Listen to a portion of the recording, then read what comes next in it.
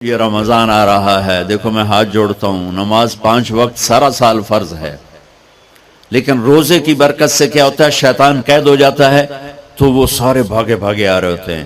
اللہ سے مانگ لو اس رمضان میں کہ یا اللہ ایسی توفیق دے کہ موت تک نماز نہ چھوٹ۔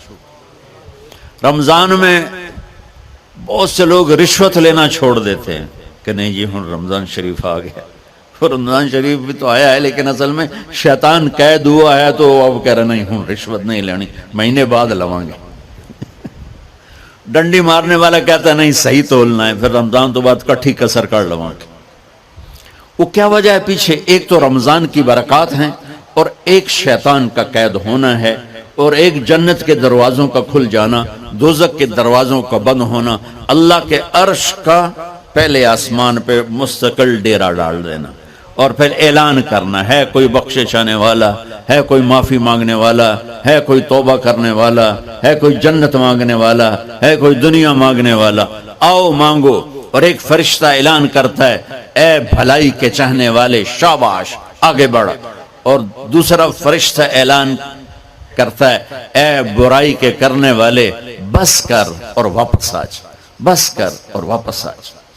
رمضان کا مطلب ہے جل جانا، رمضان کے لفظ کا مطلب ہے جل جانا۔ جلنے کا مطلب کیوں ہے اس میں کہ رمضان میں اللہ سارے گناہوں سے اپنے بندوں کو پاک کر دیتا ہے اور ان کے گناہوں کو جلا دیتا ہے، جس سے وہ پاک ہو کر جو سونا آگ میں جل کے خالص ہو کے باہر آتا ہے، روزہ رکھنے والا بھوک کی آگ میں جل کے خالص ہو کے باہر آ جاتا ہے، اللہ اس کے سارے گناہ معاف فرماتا ہے۔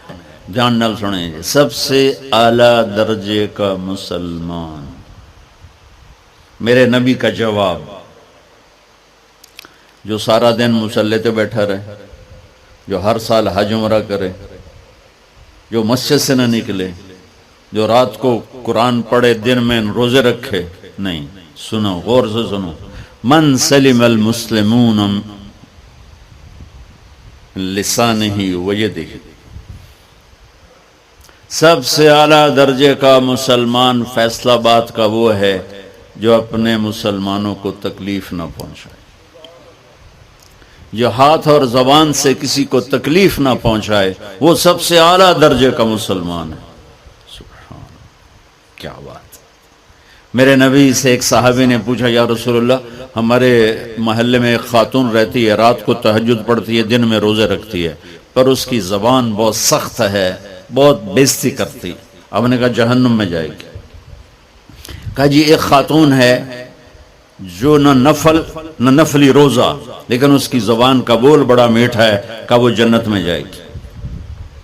تو سب سے اعلیٰ درجے کا مسلمان کون ہے جو کسی کو تکلیف نہ پہنچائے؟ پھر اس نے پوچھا ای الایمان افضل، سب سے اعلیٰ درجے کا مومن کون ہے؟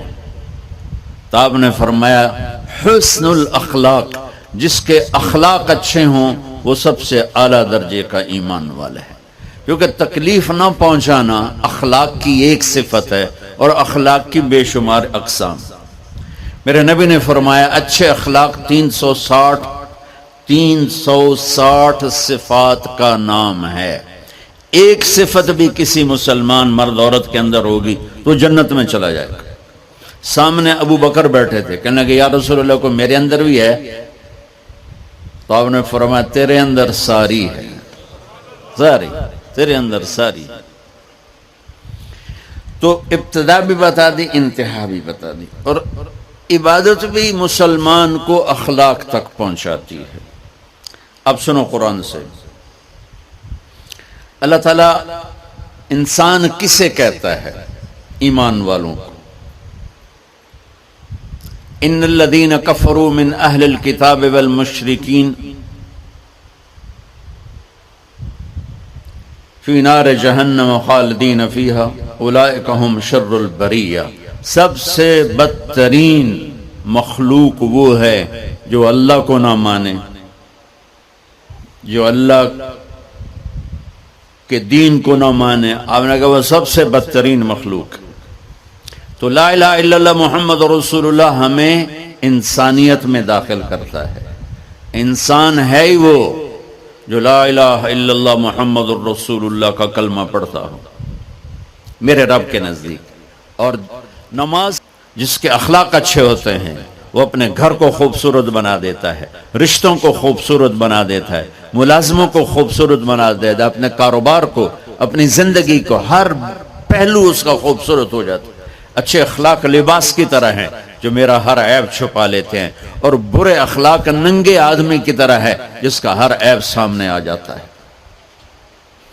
اور اللہ کی رحمت اتنی طاقتور ہے کہ میرا رب فرماتا ہے، یہ تو میں نے 5 غلطیاں بتائی ہیں، لیکن میرا رب فرماتا ہے میرا بندہ میں تجھے عمر بھی دیتا ہوں، طاقت بھی دیتا ہوں، تو اتنے گناہ کر کے زمین فیصل آباد کی سے اٹھا کر آسمان کی چھت کو لگا دے، ساری دنیا گناہگار ہو جائے نا تو آسمان کیا چاند تک بھی گناہ نہیں جا سکتے۔ اور میرا اللہ کہہ رہا ہے ایک مرد عورت اتنے گناہ کرے کہ آسمان کی چھت کو لگا دے، پھر صرف ایک دفعہ مجھے کہے یا اللہ معاف کر، تو میں سارے ہی معاف کر دوں۔